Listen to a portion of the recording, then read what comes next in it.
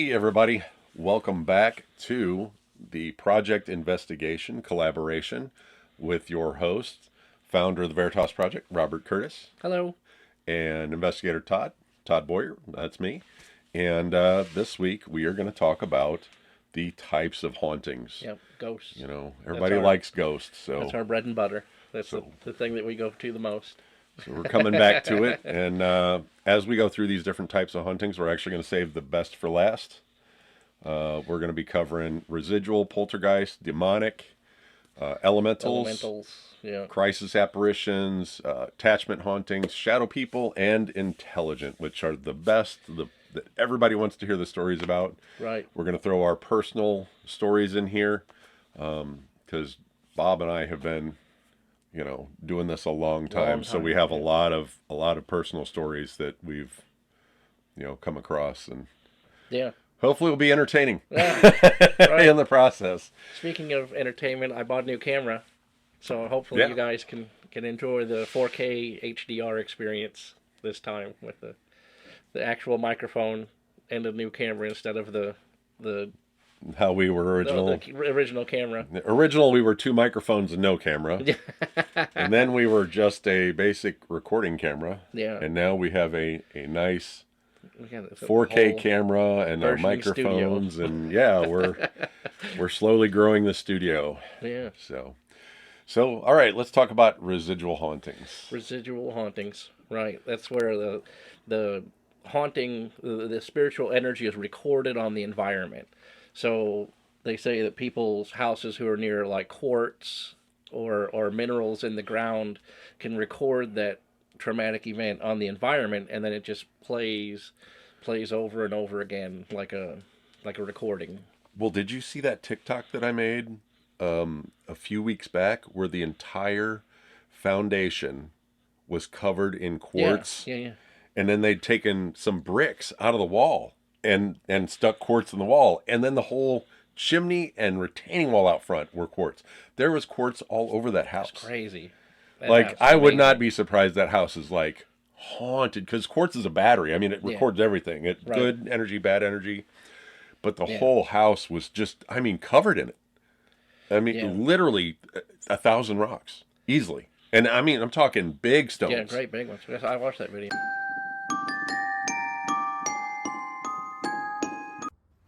Hey everybody, Investigator Todd here.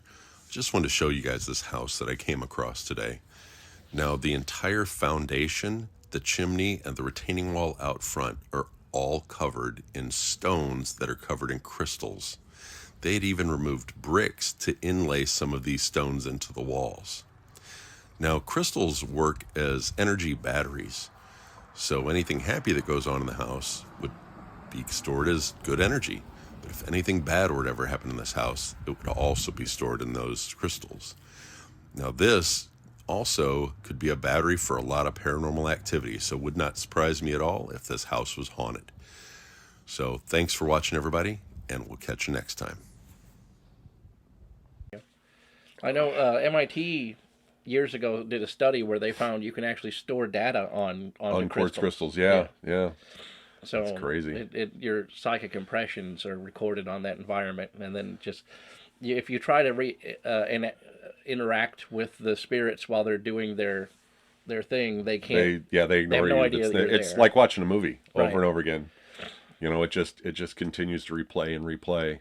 Yeah. I haven't seen a lot of these. Have you? I have. Have Yeah. you? And it to the point where I've seen there was a haunted house in Caseyville when I was a kid, and when you'd look through the front windows, you could see that the house had been vandalized. Like the furniture was broken and it had graffiti on the wall.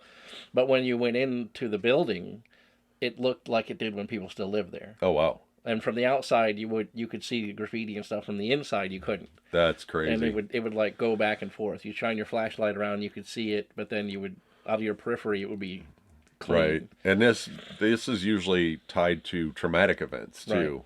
Because that high energy. Remember we talked about prior, high emotional energy is what attracts spirits. What makes things more haunted is that high emotional energy. Right. And it's basically just taking a snapshot of or that a bad small event. bit recording of that bad event. Right, and it just plays So- it over and over again. and then you just kind of stumble on it. All Yeah. right. So if you try the Ovilus, it won't work. Yeah. And if it does, it'll be from that event. Yeah. It'll It'll be do the same stuff. You won't just get that. any questions answered. Right. So let's talk about one of the most used in television, The poltergeists, Poltergeists. where they move things around, Yeah. physical disturbance.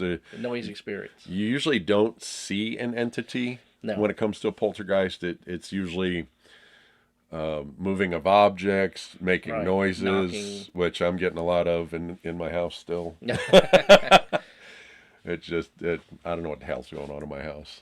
I think I took it home from somebody else's house. I really do. It and can it's be still, an attachment. Yeah. so, But yeah, poltergeists have to draw energy from the environment, and then they can use it to do things. A lot of spirits can do that, but that's the poltergeist name. That's their nom de guerre. That's their thing that they do. It'll get really cold, and then they'll start knocking, or they'll start moving stuff, or shoving things around, or people around, or they can throw objects, or they can open doors make and things drawers and levitate, and, right, shake doorknobs, and all of those or things. just simply footsteps down a hallway. Yeah. I mean, something as simple as that. I know some people who in their house, and they have a new floorboards house, creak. and Yeah. they hear it sounds like a kid running in the hallway, and it's a new house. Yeah. So maybe it's the property they're on, or whatever. Yeah, they say that what a spirit does is they'll start out small to try to attract your attention, kind of like how demons work. They get that energy from you paying attention to them, Right. and they can draw that energy and then make more events that then draw more of your attention, and then eventually they can hurt you or damage your house or whatever. All right, let's move on to the messy one, the demonic hauntings. Yeah, what everyone's looking for, right? Yep. Everybody wants to have that demon story. Yeah, no, you don't want that. Yeah. You really don't want that. But we do have one of the most famous demonic hauntings here in St. Louis.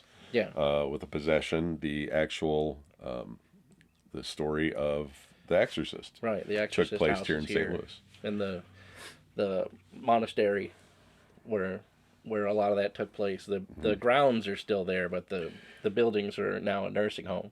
Right.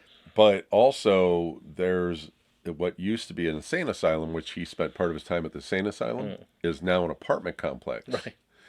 And that is, I've been in that basement several times. That is one of the scariest basements I've been in, and I've been in basements all over St. Louis. So, I mean, really, really old and Soulard and Yeah. stuff like that for my job. And that is you feel like you're being followed the whole time. Like you're being watched and followed. We had one technician go into that basement and say, I'm never coming back. You guys can fire me. I'm never coming back to this building again. Like that place is that bad. Yeah, you And have that.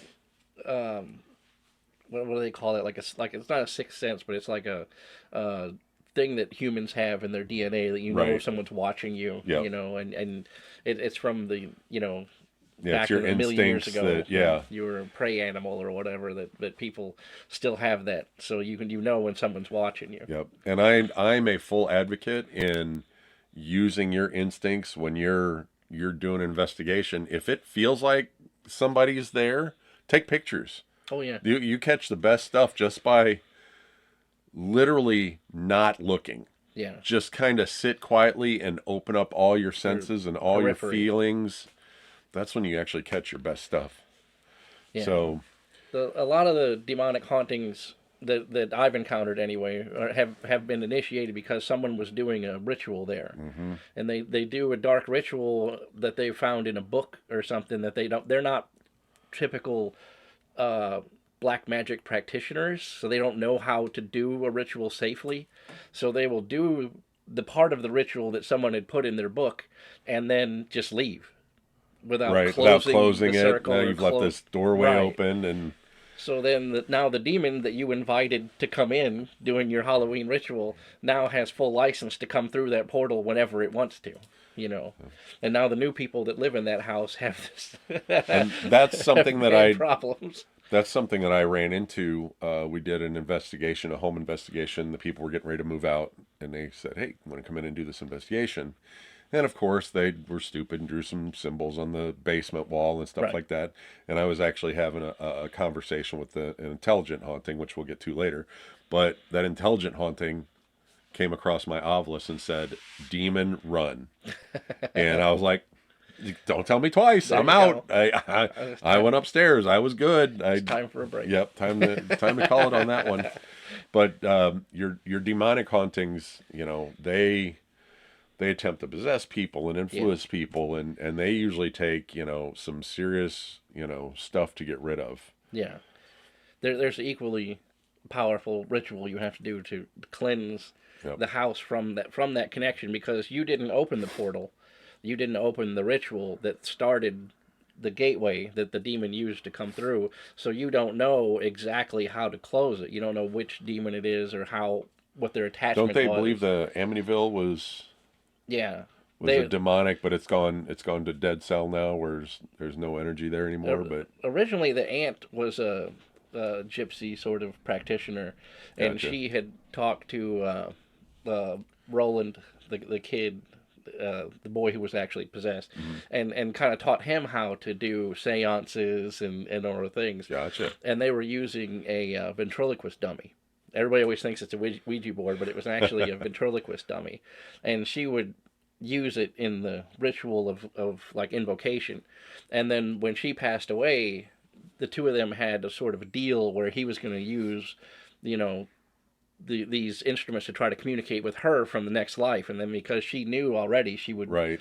she would communicate with him to prove or disprove whether But there ended was up pulling something else right. in. But like Gotcha. what usually happens is there's that connection between the spirit of the deceased person and the living person, and then the demon steps in and is like, "Hey, nice Yeah. story, bro. I got this now. I got it now." Right. So that connection exists. They'll take advantage of that and then try to Right. worm their way through, and then through these conversations, little Roland got jumped through all of the different stages of possession because he believed that he was talking to his aunt. And that's Okay. how they got him. All right, so let's move on to elemental spirits. This is one I Elementals. don't think I've ever had to deal with an elemental I hear a lot of this spirit. come from Europe. The Hmm. Europeans believe a lot in the elementals, and they Yeah. have because of I know international people don't realize this, but everything in America is pretty new. Right. Like all our stuff around here is only what 200 years at the Except the most. ghost. The ghosts are always like from way back. They're never any new ghosts. It couldn't be Right. Fred that passed away 6 months ago. It's got to Yeah. be Fred's great great grandfather. Right, right. It's always something extravagant. But in Europe, they have locations that have been haunted by these spirits for 1,000 years, and they have I don't want to say degenerated, but they've morphed into becoming like a elemental. I don't know what you even call it, like a whirlwind almost, like a Right. tornado that's just linked to dirt from a certain location, or Right. they've become like a fire, and fire demons exist too. And sometimes people who would do a bonfire and don't realize that they can actually invoke Right.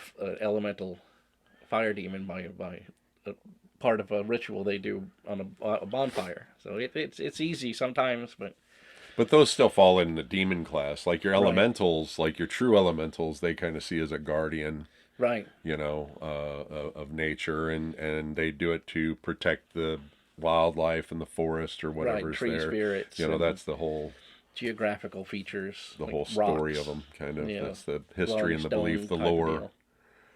So, Yeah, so crisis apparitions. right, So let's talk about a cryptid that we talked about last week that is believed to kind of be a crisis right. The apparition. Mothman, The Mothman shows up when big disasters are going to happen. So is right. the Mothman an actual cryptid or is it an apparition? That's a good question right there. That is. You know. And I remember I read a story once where these people, this lady and her child were driving home at night and got into a severe accident, Hmm. and the mother was dead and the child was injured and the car was down a ravine, and this other couple came driving home and they saw a naked woman laying in the road, so they pulled over and then she was gone, of course. But then when they were pulled over, they They could could see see down. the Yeah. crashed car down there, and then they called the police and the fire department, and they went down there and they found the lady was still in the car, like she had never came out of the car. She was killed instantly, but the apparition of her laying in the street was what led the people to find the kid that was also injured, and then the child lived.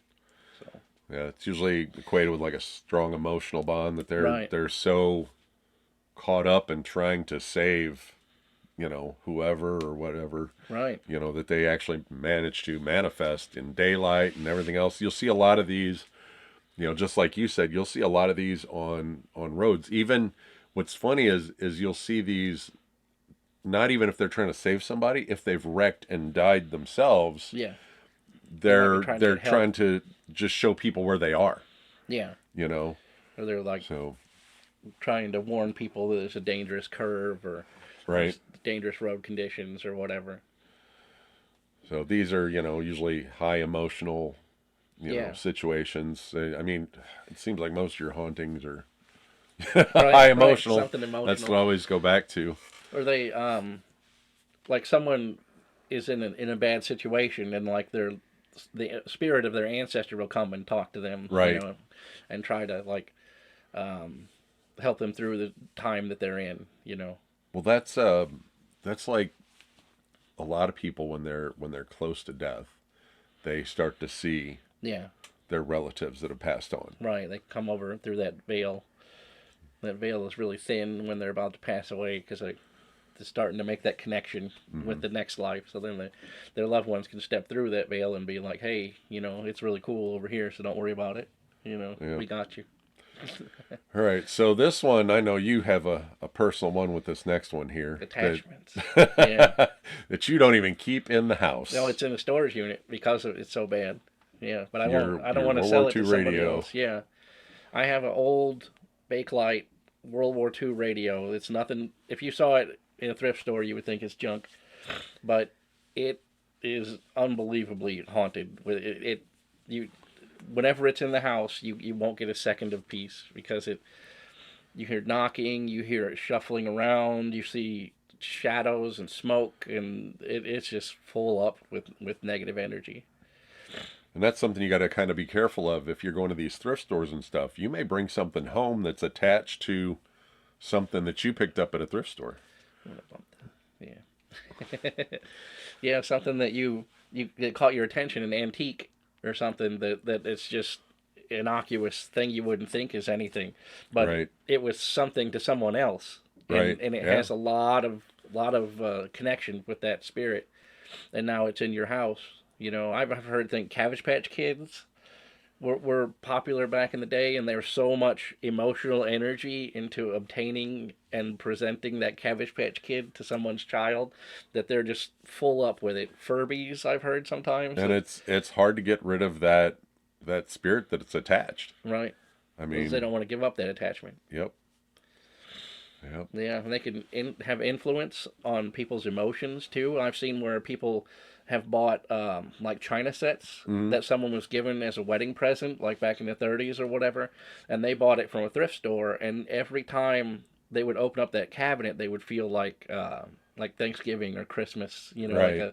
like a holiday gathering, even though it's not that time of year. Nice. Nice. All right. So this is one that I've had experience with a few times. Shadow people. Shadow people. One of my first experiences when I became a professional paranormal investigator, and I say professional as part of a group. We actually got Right. paid, When right? you get So paid, that's when that's that when determines professional. right. When you're a professional paranormal, you got money for it. That's what I Yeah. always say. Like what do Zach Baggins and I have in common? We Yep. both got paid for doing an investigation. Yeah. So I made money. we are at this place in Alton, Illinois, which is a very, very haunted town. I don't Yeah. say where because they don't like to talk about it being haunted. Right. But it is seriously haunted building, large building, very large building. Yeah. And so I walk in to go meet with the group for the first time on a first professional investigation. Uh-huh. And there's a large entry room, and then there's a small hallway, and the bathrooms are down here, but then there's stairs going up, and then the stairs go to the right and come back towards you. Now, as I walked and I was heading into the next room over past the stairs, I glanced up and saw a shadow, and it noticed me, noticed it, and went up those other stairs, turned and went poof. Wow. And I thought, did I do that? Did I make that shadow? So I'm down there. There was only a couple soda machines. There wasn't a lot of light. There was only a couple soda machine stuff. And I'm like, okay, if over here, is that? Right. If I stand here, if I walk past here, and I could not recreate that shadow at all. And then I've also got that picture in that basement, Waterloo, Illinois, that you've seen a few times. That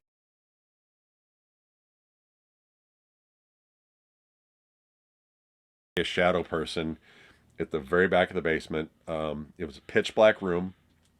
I was recording video in pitch blackness. One of the other investigators took 3 flash photography shots.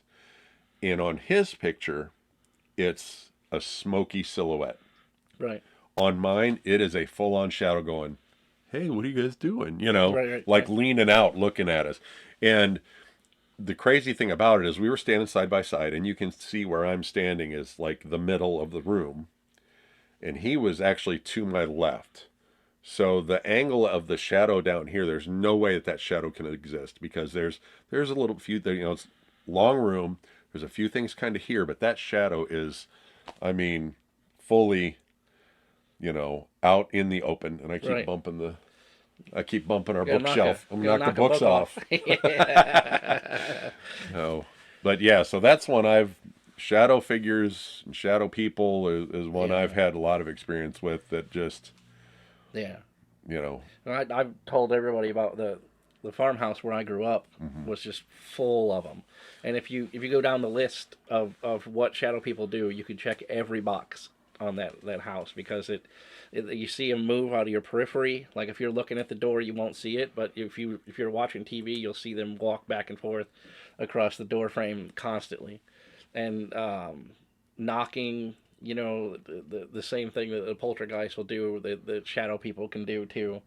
And they'll come by and try the doorknob, or they'll usually, I don't know if I've ever heard of a shadow person opening a doorknob, but I know that they'll rattle it or turn it a little bit. I don't know if they have enough power to do that, but yeah, shadow people are no fun.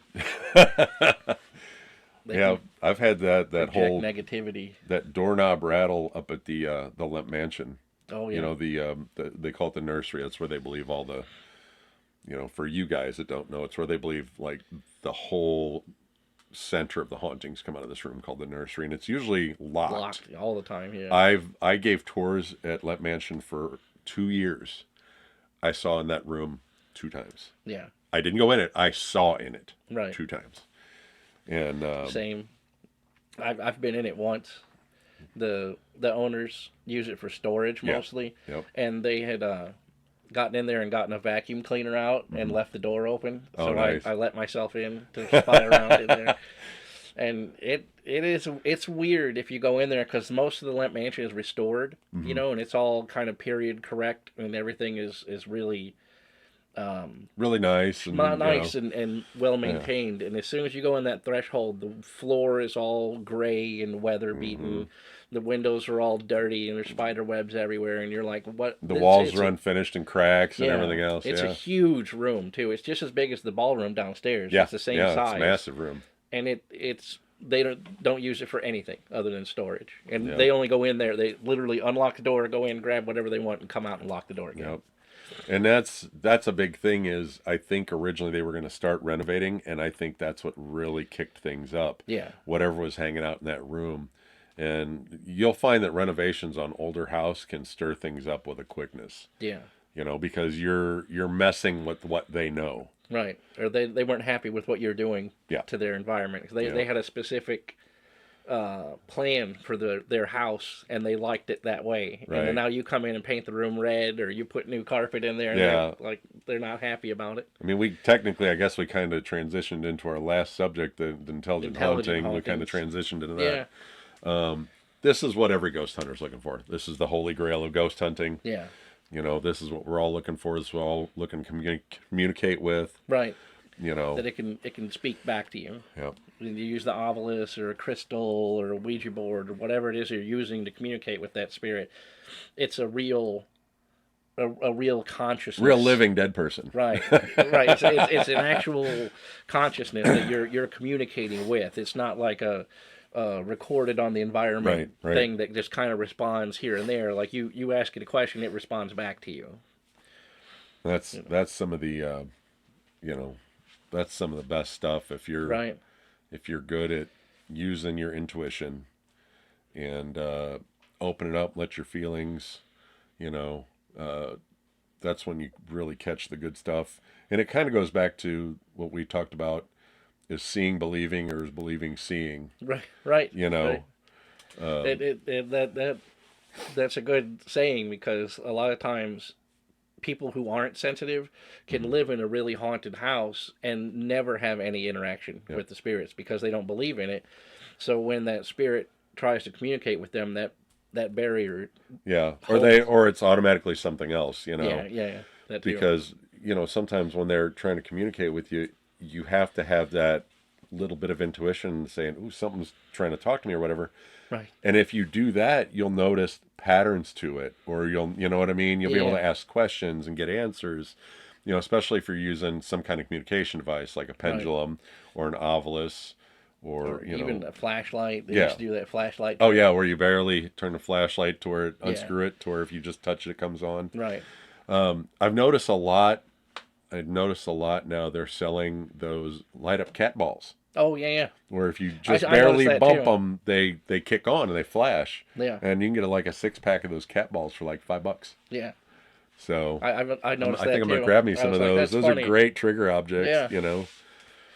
So, Or back in the day, they used to have these things you'd screw on the valve stems of your tires. Yeah. And then when you started driving your car, it would make like a little light. Oh, go yeah, around. yeah. But those things are super sensitive too, and you could just set that down on the ground, and if any tiny little Nice. motion, they'll light up Nice. and blink. And you can buy those like everywhere on Amazon for like $4 or something. That's true. You never. I mean, just think outside the box when it comes to trigger objects. Yeah. You Even know. candles I've seen where like a spirit can make the flame blow in a certain direction. It's like something as innocuous as a candle can be. That's a great idea, actually. And you set me straight on the marbles. Yeah. Using the wrong kind of marbles. Right. You got to use the shooter marbles, not the little. Not the target marbles. Yeah. Isn't that weird? Yeah. Nobody ever thinks about that. Yeah. But yeah, I think I've run into more intelligent hauntings than anything else. Yeah. Usually, if you do get a report of a haunting from somebody, it's typically an intelligent haunting, not a recorded, not the residual. But it seems like there are more residuals, but people don't. They don't notice them. They don't notice it, or they don't interact with it. Because a lot of times they won't. A residual haunting won't have an apparition attached to it. It might just be a sound. Yeah. That happens, and they don't realize they'll think, oh, the house is settling. Yeah. Or whatever, and that it won't actually be the house settling. It'll be a residual haunting making a noise. Right. At different times, they'll just, oh, that's just the house settling. I hear that all the time. Yeah. So they just played off to something else. You hear like a conversation in another room. When you're sitting in a room, you hear like people talking in the other room, and then when you go in the other room, it sounds like it's back in the other first room, because the sound that you're hearing isn't an actual conversation. The sound you're hearing is the conversation from another room. Right. So whether you're in that room or not, you're hearing the conversation from another room. Right. So that's always a weird thing to try to explain to people. Like, well, it sounds like murmuring, but when I go in there, I don't hear it. Like, what you're hearing is the actual haunting. But the haunting isn't the conversation. It's the conversation in another room. Right. That's what it actually is. So no matter where you move, you're always going to hear it like it's in another room. That's what it is. You brought that up, and I got chills because of that that story I told you about my ex-girlfriend's house, that she had the voices she would hear in the living room. Oh, yeah. And me and her daughter were sitting on the couches, and that voice came from right in between us. Right. It was like, it sounded, excuse me, it sounded like it was on a walkie-talkie, is the way it sounded. Right. And she would hear it, You know, it was like something that happened at like 1:30 in the morning. She would hear it, you know, she'd get up, go to the bathroom or whatever and hear it in the other room. Mhm. And it would always happen about the same time. So I guess I have had a residual kind of situation, you know, Yeah. that I mean, scared the bejesus out of me. Yeah. That came from Hans Holzer. Wrote a book about it was called like Spirits I've Met, I think, Uh-huh. in the 70s. I read that as a little kid, and that's one of the things he talks about in there is like the different voices that spirits have, you Mhm. know, and some spirits can't communicate directly with you and say like your name or say things, Right, but they can only communicate on the level that they're active at, you right. know. So that's the thing to think about when I say that you hear a voice from another room. The voice isn't actually in another room. It can be right next to you, but the noise that they're making is a voice in another room. Right.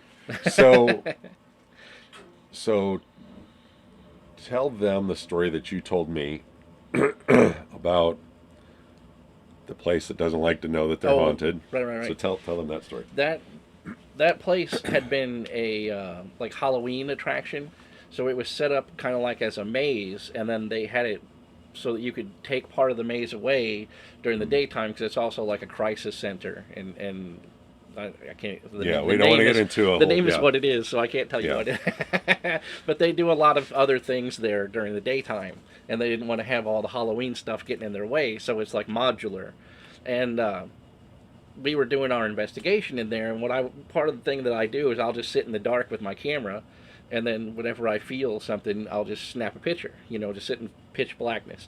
And my wife was there, and she was doing like EVPs, Hmm. and she went outside, and the door closed. So I'm just sitting there in complete darkness because she had a flashlight, and I hear the floor creak like someone has walked up next to me, and I could feel like someone is in my space, like they're literally right next to my face, and I'm like freaking out because I'm like, oh man, who is it? Who is it? Who's there? You know, I'm trying to move my hand to see if I can touch somebody, and I can't. I can just feel this like presence of someone standing there, and I can hear the floorboards creak where they're walking, so I know they're right next to me. So I move the camera away and I snap a picture with the flash, Uh-huh. and there's nobody there. So I got in my backpack has a little pocket that has a Yeah. little one of those bent neck flashlights, you know. So I popped that flashlight on, and there's nobody in there. And when I walked over to the door to see if someone else had come in or if it was my wife Right. who was coming in, the door locks from that Right way. when it closes. Yeah. So if anybody was in the hallway, they couldn't come in this way because the door locks when you go that way. That's part of the haunted house experience. So that messed me up for a while. I had to go outside and get some fresh air. That building is ridiculously haunted. Yeah. I mean, ridiculous. That I. It's so haunted that as you're sitting here telling the story, I remembered two other stories from this building. Yeah. So, I know we've talked about this one. We had this really great psychic, and unfortunately, he deleted himself. Yeah. Oh He, yeah. the voices got to him, and he deleted himself. But he was doing a reading for a bunch of different people, and me and a couple of other investigators were sitting on this couch in this big room that they had, right, where they did like day school kind of thing. Oh. And all three of us investigators watched this shadow walk across the back of the room, and we looked at each other like, "Did you?" Like we all looked at each other at the same time, like, "Did you just see that?" You Right. know. And then, when it comes to intelligent hauntings, the attic of that place was Yeah. crazy. So I had my Ovilus up there, right? Hmm. And I'm like, well, I want to set this down someplace because I was with a group. We were giving the tour up there, and I was with a group of like three or four. I think it was like 3 or 4 girls and the mom, and we were up there doing, you know, trying to do communication and whatnot. Right. And I said, I want to find somewhere to set down my phone. And I'm like, oh, there's a table over here, and the Ovilus said dirty. And I look over, and sure enough, the table is just Oh, covered in like a half inch of dust. I'm like, Everything oh, in that thank attic you. is So I'm dirty. like, so I wipe off a spot and set it down, and it was like, oh, like holy crap, that place was ridiculous. It was one of the best places. When So I did the Buck and Broadway show tour for them for their Halloween show years ago, uh, and I had the spirit box with the pedals and everything set up in that Mm. attic, and it was just going off. Oh Like yeah. every time, because the Buck and Broadway guys, they're like um, I want to say it's comedy, but that's their show. Right. That's their shtick. Is that they're non-believers and they're good old boys. Right. And the spirit box was responding directly to them, like That's when you blow people's minds. right, and they were like, I'm gonna go. I don't have anything funny that I can say about this. I'm gonna go downstairs. What's funny is that attic, there was a chair that you weren't allowed to sit in. Like Yeah. it did not want you to sit in that one specific chair for some reason. Like it got active when you sat in that chair, and not in a good way. Not in a good way. I mean, Well, and like we were talking about attachments too, there's a lot of stuff. There's a lot of antiques that people have donated over the years, and that this building, this company, this building, we'll just call this these building, this people, place. they hold on to it, and the attic is full of stuff from like the 30s and 40s and Mm-hmm. just old furniture that they've collected over the years. That way, if needy people need like a bedroom set or you need a um, dining room table or Right. whatever, they've got a ton of it up there that's just old stuff people have donated to. So I bet there's a little bit of that too. Yep. And the basement of that place. Yeah. Oh, I and mean, the outbuilding, the powerhouse. I've never You never been out Oh there. man, I've never there's been out there. a fire happened when the powerhouse was it was originally a coal fired Right. boiler, and then the pipes went into the building. Right. And I've been in those tunnels. Those Yeah. tunnels are. and there was a boiler explosion there, and it killed everybody who was Oh, in dang. that room. And when you go in there, you can still see where the bricks are scarred from where the door blew Wow. off the boiler, and the bolts of it had hit the wall. Wow.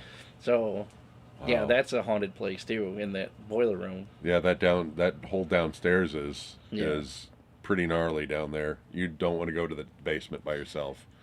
And they actually stopped letting people go down there, but I think that was because they found asbestos down there. So. Yeah, they won't let you in the attic either, and that's what their claim is that there's asbestos. Oh, there. really? They Yeah. stopped letting people in the attic too. Yeah. That's crazy. That is crazy. But that's a good place. That's a good haunted location. The theory behind that place is that they had a Civil War prison Yep. in Alton, and when they got rid of that building, they took all the bricks and then built all of the state structures Right. out of the foundations of the Civil War prison. So all of those buildings are all made with All in that area. the stone I mean, from that brick prison that they. there's a lot of ghost tours in that area too, Yeah. because all those houses along that street are Right. just haunted, Almost messed every up. one of them has some kind of story. Yeah. You can go to the McPike Mansion. You can go to this location that we can't talk about.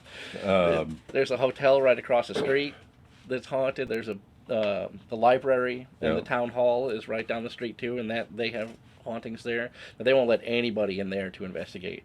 Something that I don't think we've really touched on is hauntings and running water. Oh yeah, I don't think we've ever really touched on that. no, and that's the thing too, because the energy. So if you've got like underground aquifers Right. under your property, that could be a contributor to, a haunted location. Right. And You know. an aquifer that's covered to like a flowing stream Yeah. creates Herkimer diamonds, which are a paranormal mainstay. They always say that the Herkimer diamonds, because it's a crystal that grows and then terminates itself, Yep. so they make a little like trapezoid shaped crystal, and the Herkimer diamonds are famous for being spirit conduits. I can't talk today, but yeah, that's a whole nother thing. Running water underneath a house, you don't even know that it's there, Right. Because it's a stream that's in the ground, and it could only be, a couple feet across, but that constant movement, that energy through crystals or through bedrock, granite even, can make energy that spirits can Right. feed off of or record on the environment. So then, talking about that, we have a crossover instrument that we can use, dowsing rods. Yeah. Because, that's still a big thing in some parts of the country. Oh, yeah. Guys come out and douse your property Yeah. to help find where you put a well. Well witchers, they call them. But then you can also use dowsing rods as a communication device. And I love handing dowsing rods to like teenagers and Yeah, stuff. people who don't The believe it. people who don't believe, and Right. they're holding them, and then you ask a yes or no question of the dowsing rods. They're like, And they yes. turn right, and you're like, they're like, you always they're see like, that, well, they don't know what to do because the rods are moving on their own. right? You know. Especially if you had the ones with sleeves. Yep, that's the The ones I sleeve have. ones, so They extend. They look like pens. yeah, They look like a little pen, and then you extend it out like an antenna, and then it has a hinge at the bottom that you hinge over, and the sleeves that all rotates. There's, right. they move really easy. Yeah, I've seen So, people who are non-believers and they like try to fight it. yeah, They'll like try to turn their hands out to keep them from going together, and they still go together like uphill. You're like, how is that? How try to deny that one? yep. Oh, But, well, I think we've covered oh yeah, we all could the talk all stuff, night and yeah, we could about talk ghosts spirit for forever. ghosts. But I guess we'll go ahead and wrap this up. And Yeah, next week we'll be talking about Krampus. It'll Krampus. be our That's gonna be a good one. because it'll come out on the 4th, on Monday the 4th. We usually release the videos Yeah, on the 4th. We record on Sundays, release on Mondays. right. So it'll actually be just before Krampus. I mean, I think the 5th or the 6th is actually, Yule. the day of Krampus. Yeah. Yay. That's a fun story. Right. That That'll is be a a fun good one. story. So don't forget, look us up on our other social medias. We have a lot of stuff out there. I know I have a lot Yeah. of videos out there. Bob has a lot of videos out there.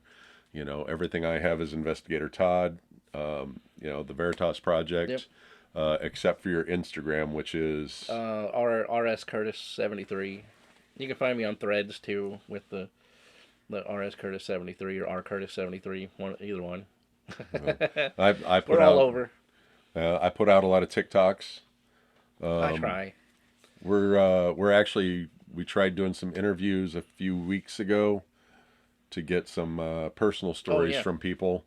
Fortunately, that didn't go really well. It was kind of yeah. a cold day, so We we're probably going to have to hold that till spring. we didn't realize that we should have put out on Yeah, the made an Facebook, event. like make an event. Yeah, we just kind of So spontaneously showed up on a street corner and we didn't get a whole lot of people. We actually got one story that we could record, and then like 6 or 7 people told us stories, yep, they didn't want to be on but they camera. didn't want to be on camera. So we'll try that again during the spring. We'll actually make an event, or we can maybe talk to somebody and set it up in a bar or something and Yeah, make an event that way. After New Year, of course. right, right. Because we got all that coming up. Schedule New Year's wise, we're just gonna play it by ear, I guess. Yeah, it's always a busy time in the funeral business, so you never know. Yeah. I'm gonna get slammed. You know what? That brings up something that we haven't talked about, and it's one of those rabbit holes. We might as well. We always go down them anyway. We haven't really rabbit holed today much. No, So, we're doing good this time. but I noticed a lot of. I go to a lot of cemeteries, right? You've seen all my videos. I Yeah. go to a lot of cemeteries and just check out the old stones and stuff. People dying of broken heart. That is something that happens with couples that have been together yeah. for years. 100%. You know? I see it all the time. All Yeah, the time. that's how I was wondering if The people, the husband will pass away, and then within a few weeks, the wife will pass away, or the other way around. Or the people they give up. they just don't want to go on. Yeah. Mentally they just die. That was that person. And you think about the romance of it, I guess, but it's just the reality of people have been married for 50 years. Yeah, more 60 probably. years, Yeah, and that person has always been there. So when they talk, there's that person to talk Right. to, and then when there's all that whole support system's gone, yep. their whole life is just completely changed. Yeah, they just give up. They forget to take their medicine, or they don't go to the casino or whatever like they used to, or they don't have any interaction with their friends, and then their mind just they just Yeah, it's a shame. yeah. I just happen to think about that. So. Yeah. But we'll go ahead and wrap this thing up. Like I said, we'd appreciate if you guys hit that like button, subscribe, and turn on notifications so you get when we get the videos come out. Do all the stuff. Do all the stuff for us. Help us get out there. Smash that like button, like they always say. So, if you like our conversations, if you like the stuff we talk about, Yeah. we're trying to keep it fresh, but always go back to Ghost because we know everybody likes Ghost. That's our That's main, our bread and butter. Our main thing, yeah. Like I said, that's our main thing is ghosts. And we've got some good things that we're going to talk about coming up. Yeah. We're going to talk about just the really weird stuff that people have found worldwide, like the giant crystals in Mexico, and what was that other one that you had brought up with the hexagonal stones, with the two pools that was supposedly an energy. Oh, right.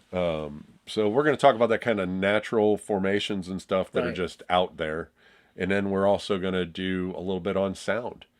Because sound waves, I mean, there's a lot of speculation, and the pyramids were built to cut the stones with sound. Right. So we're going to kind of touch base on that. We're going to have some Tesla. pretty good stuff coming up. Tesla had a bunch of theories about sound waves and how you can manipulate sound waves to do all sorts of things. But all his stuff is gone for some reason. The government redacted a lot of it. Yeah. So, but we thank you for joining us this week, and we will catch you next week. And remember, Stay curious. and find the truth, and we will catch you guys next time. All right. Bye, Goodbye. everybody.